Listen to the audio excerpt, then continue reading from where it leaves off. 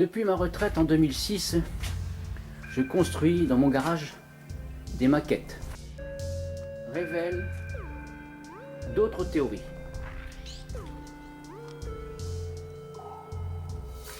Voilà le matériel que j'ai à ma disposition dans un garage très petit.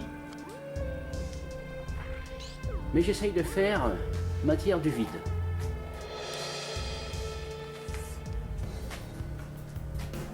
Du moins, j'essaye de démontrer ce qui me passe par la tête.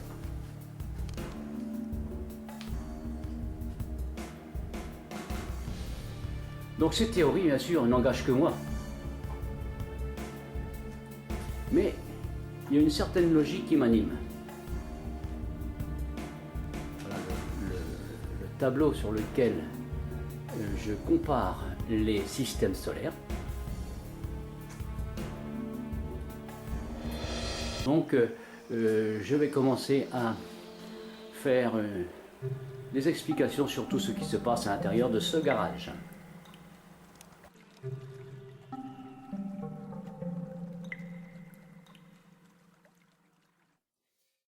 Eh bien voilà comment j'imagine notre Terre avant son Big Bang. Alors pour rassurer, je tiens à préciser que je joue avec mon imaginaire. Donc tout ce que je dis et raconte n'a jamais eu de validation scientifique. Si je fais cette démonstration, c'est que je suis sans doute le seul à y croire.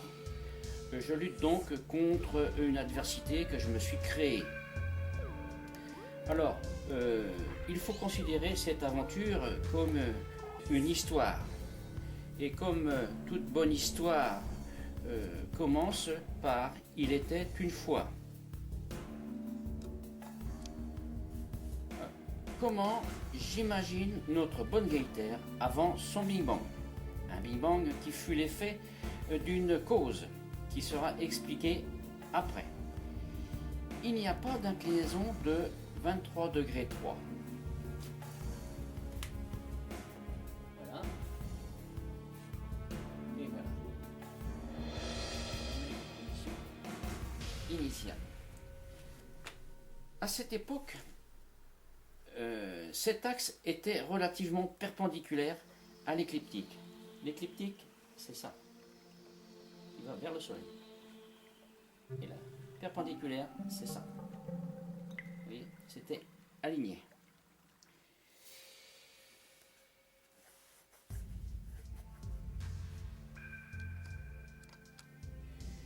Alors, regardez le pôle Nord, Arctique, le pôle Sud, Antarctique. Chaque pôle, la glaciation commence à partir de 45 degrés 50 degrés latitude nord et 45-50 degrés latitude sud. Et l'équateur. L'équateur, lui, laisse apparaître une proéminence sur tout son pourtour de façon régulière, à partir du tropique du Cancer et tropique du Capricorne. Et ici s'échappait l'énergie qui régulait le bouillonnement intérieur, la vie intérieure de la planète, comme extérieure, la faune et la flore.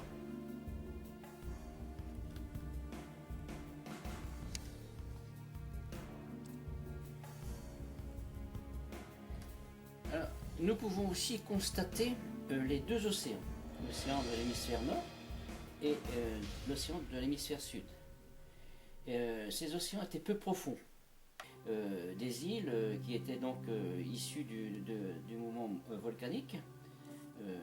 Les volcans principaux, donc c'est sur l'équateur, ce qui réglait, comme je disais tout à l'heure, l'énergie interne. Et ils étaient contenus, ces océans, entre donc la proéminence de la bande équatoriale, à peu près du tropique du Cancer, pour le nord, et les glaciers.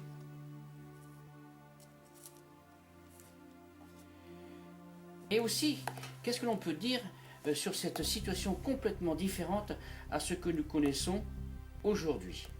Eh bien déjà, la Terre était beaucoup plus ronde à cette époque. Aujourd'hui, elle est beaucoup moins. Et pour cause, elle n'avait pas d'inclinaison de 23 degrés, comme j'ai déjà cité tout à l'heure. Elle ne tournait pas sur elle-même, comme aujourd'hui. Aujourd'hui, la Terre elle tourne sur elle-même en faisant un tour en 24 heures. Et elle fait le tour du Soleil en 365 jours, 6 heures et 4 minutes. Donc, à cette époque, elle ne tournait pas sur elle-même. Elle faisait le tour du Soleil, et en faisant son tour du Soleil, elle faisait un tour sur elle-même rétrograde. Le tour rétrograde, c'est dans ce sens-là. Voilà. Et si aujourd'hui, elle tourne dans ce sens-là. Voyez? Donc la Terre, en faisant son tour rétrograde, eh bien, mettait, parce qu'elle ne tournait pas sur elle-même, mais le fait de tourner autour du Soleil, eh bien, elle mettait 1 an pour faire son tour. C'est l'effet de l'orbite qui fait tourner, qui fait donc rayonner, je dirais, autour de la Terre sur 365 jours. Ceci dit, la nuit durait 6 mois et le jour durait 6 mois.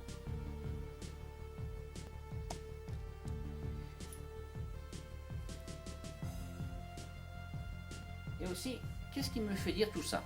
Eh bien, nous avons des indices qui sont toujours en mémoire chez le vivant de la faune et de la flore. L'exemple, l'arbre ou autres végétaux, pour une bonne partie, sont hibernants.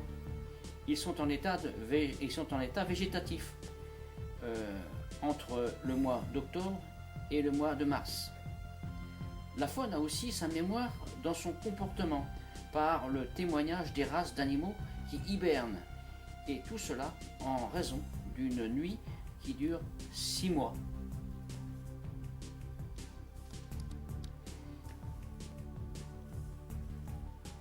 Et qu'est-ce que l'on peut penser de la vie qui pouvait exister à cette époque?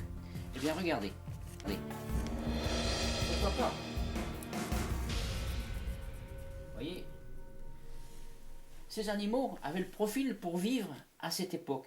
Les océans étaient peu profonds et ils étaient, je dirais, entre guillemets, bâtis comme des bateaux.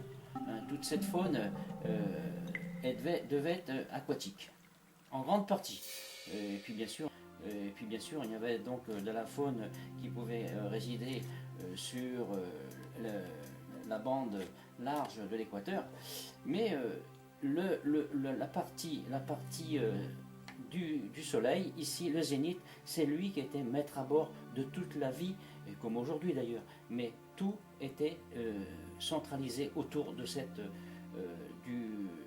du zénith. La mémoire se trouve sur les incidences du zénith. Et la progression de ces animaux devait se faire d'ouest en est. Ils contrecarraient la rotation de la Terre qui était dans ce sens-là. Ils venaient toujours dans ce sens-là pour se stabiliser devant le zénith. Et voilà, c'est pour ça qu'il y a des animaux, une grande majorité des animaux et de la végétation hibernaient. Parce que une fois qu'on était parti de l'autre côté, eh bien, la nuit était longue. Voilà.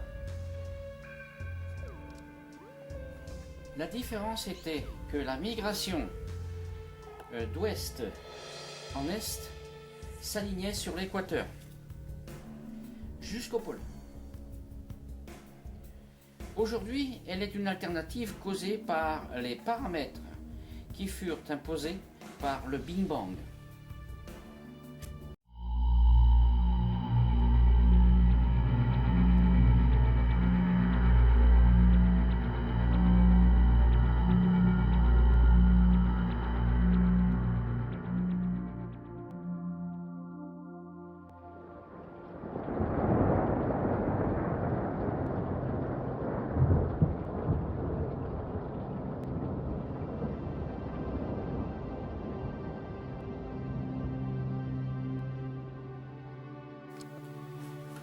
voilà ce qui reste de la Terre après son Big Bang. Vous pouvez constater qu'elle n'est plus ronde.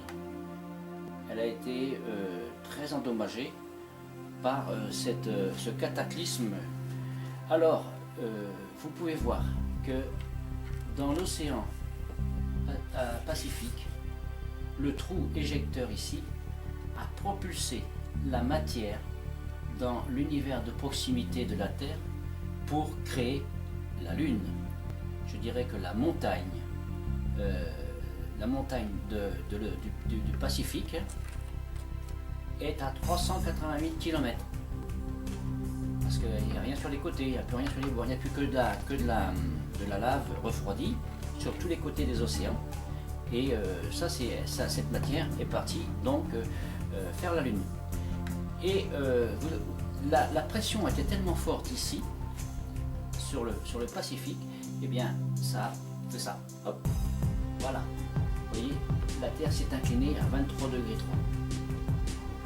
3. Et l'océan Atlantique, lui, a eu aussi une réaction à cette poussée, ce qui a permis de créer un équilibre, une stabilité. Où on peut voir aussi que la planète a été complètement disloquée. Les failles commencent à partir du pôle Nord, qui passe dans l'Atlantique, qui s'en va vers sous l'Amérique du Sud et sous l'Afrique, qui remonte là vers l'océan Indien, qui repasse sous l'Australie, et pour refaire le tour jusqu'en dessous du Pacifique et retourner sous l'Amérique du Sud. Vous voyez, et donc elle s'est complètement écartée, mais la plus grande faiblesse a été ici, et ça a permis donc d'éjecter toute cette terre qui est partie faire la Lune.